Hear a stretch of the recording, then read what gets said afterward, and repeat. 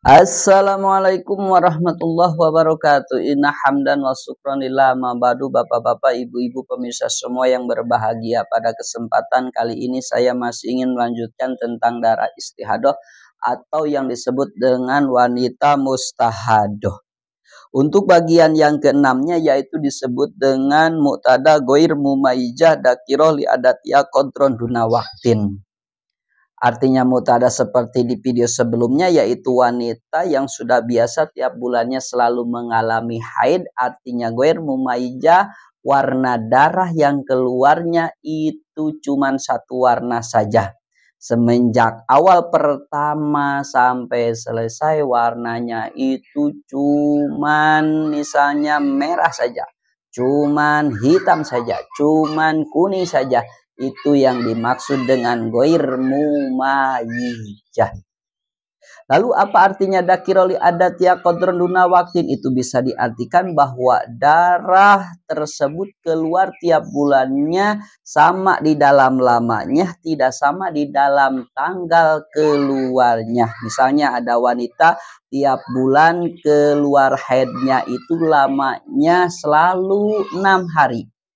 Bulan ke-1 6 hari, bulan kedua 6 hari, bulan ketiga 6 hari, dan seterusnya. Setiap bulan lamanya haid wanita itu selalu 6 hari.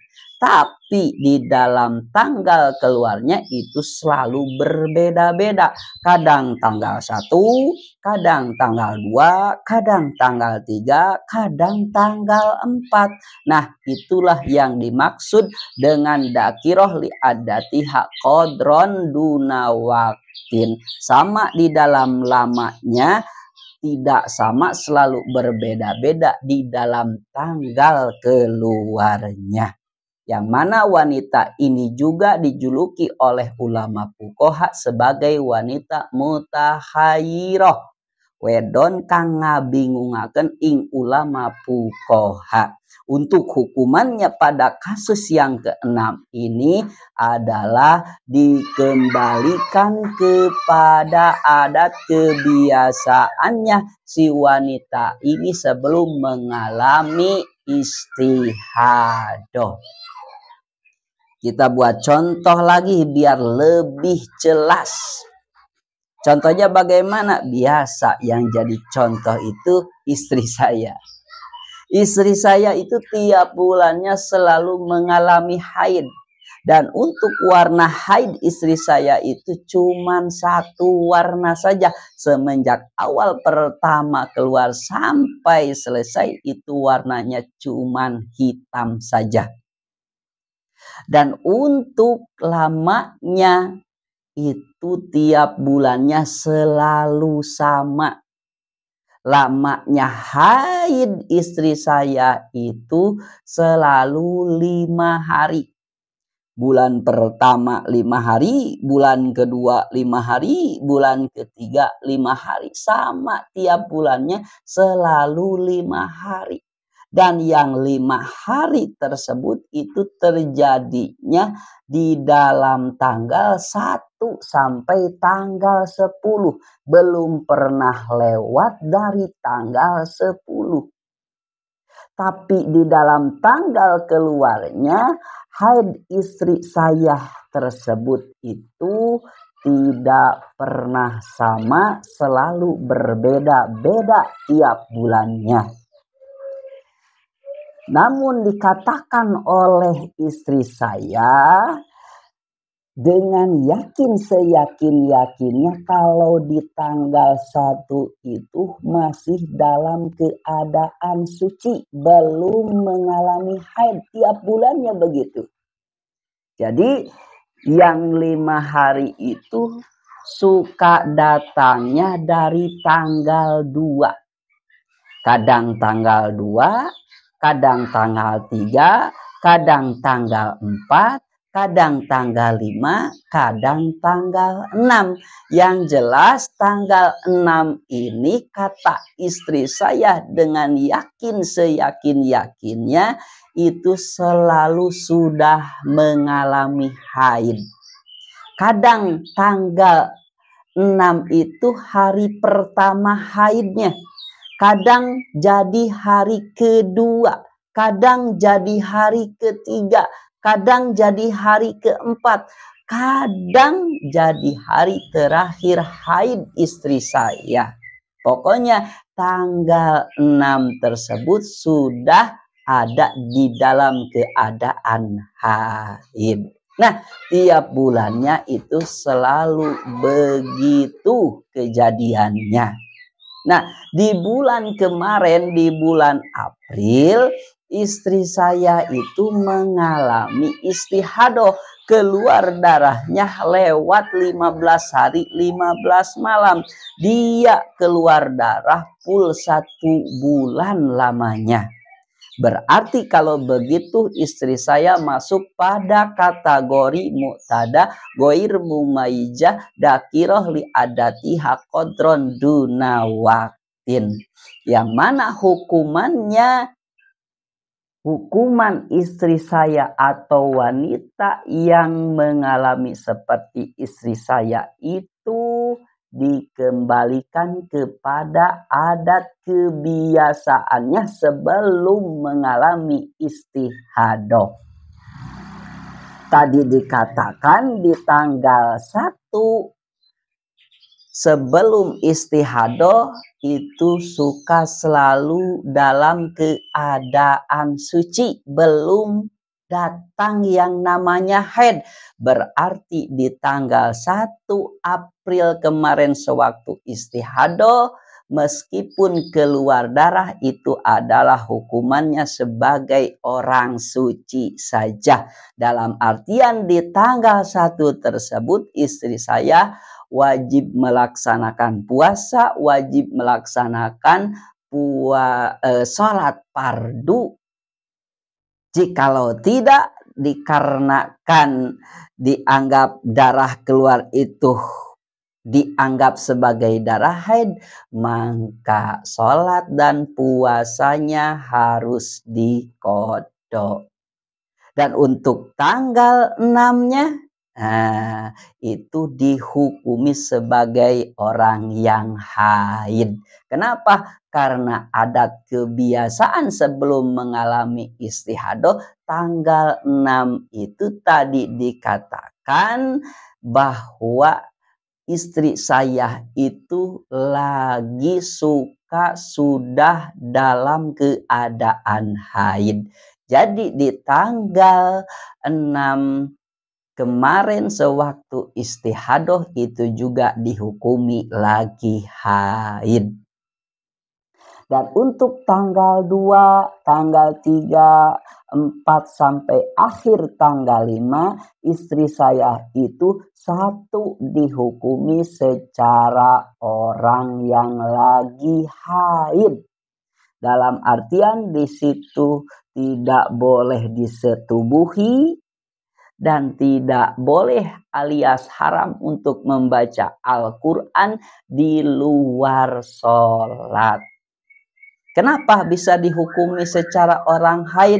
Sebab di tanggal-tanggal tersebut itu istri saya pantas kedatangan haid. Dan kedua, istri saya itu dihukumi secara orang yang suci. Dalam artian di tanggal-tanggal situ istri saya wajib melaksanakan puasa, wajib melaksanakan sholat fardu. Jikalau tidak, maka sama itu harus diqodhonya. Kenapa bisa dihukumi sebagai orang suci? Dikarenakan di tanggal-tanggal tersebut istri saya itu pantas ada di dalam keadaan suci.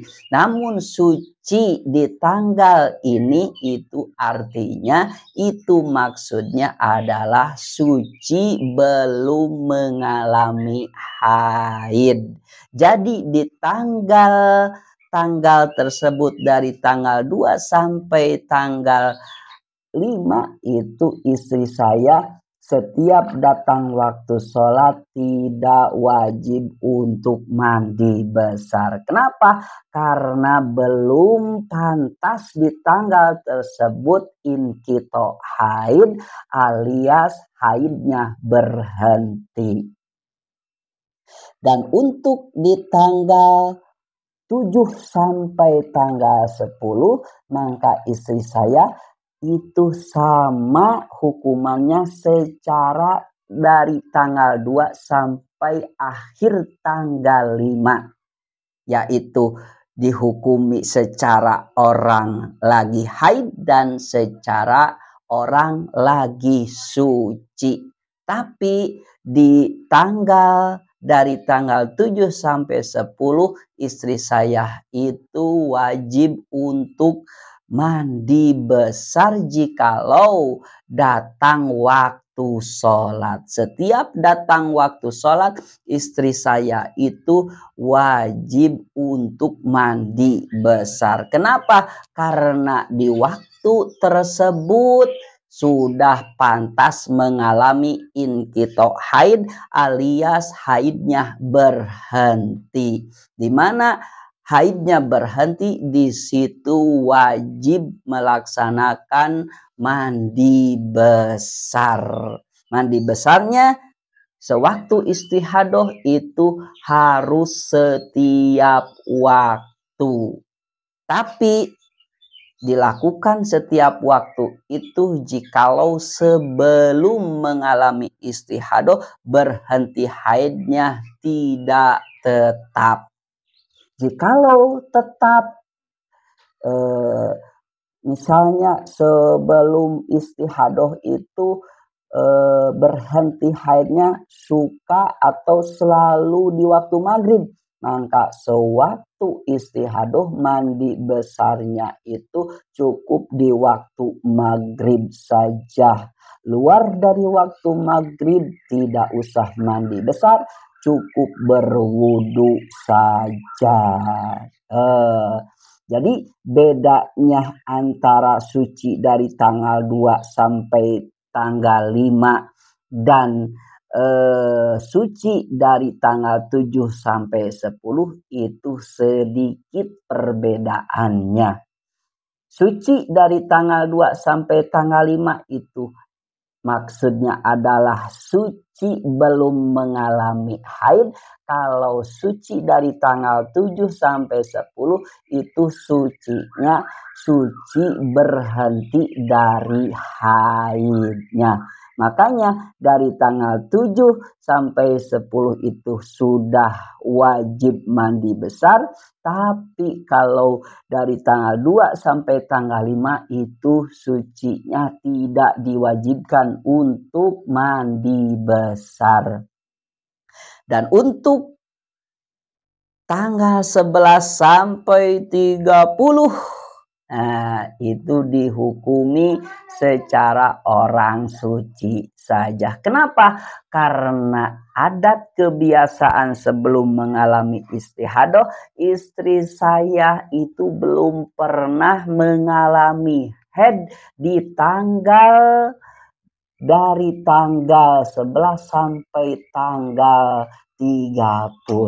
Makanya sewaktu istihadoh dihukumi orang yang suci saja. Di mana di situ wajib mengerjakan sholat, wajib melaksanakan sholat fardu. Jikalau istri saya melaksanakan sholat dan puasanya dari tanggal 16 berarti mempunyai kewajiban mengqadha sholat dan puasa padunya dari tanggal 11 sampai 15 saja. Kenapa di situ harus diqadha? Karena sudah pasti tidak akan sholat.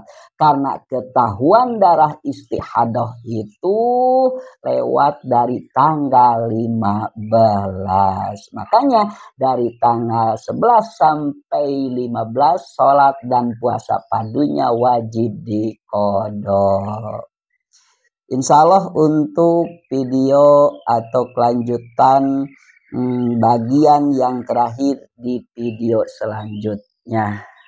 Untuk Sementara sekian dulu, mohon maaf bila mana banyak kesalahan dan kekurangan, dan bila mana video ini manfaat untuk Anda, keluarga Anda, silahkan dukung terus channel saya ini dengan cara like, share, and subscribe. Dan bila mana ada yang belum dipahami, dimengerti, silahkan tinggalkan pertanyaannya di kolom komentar.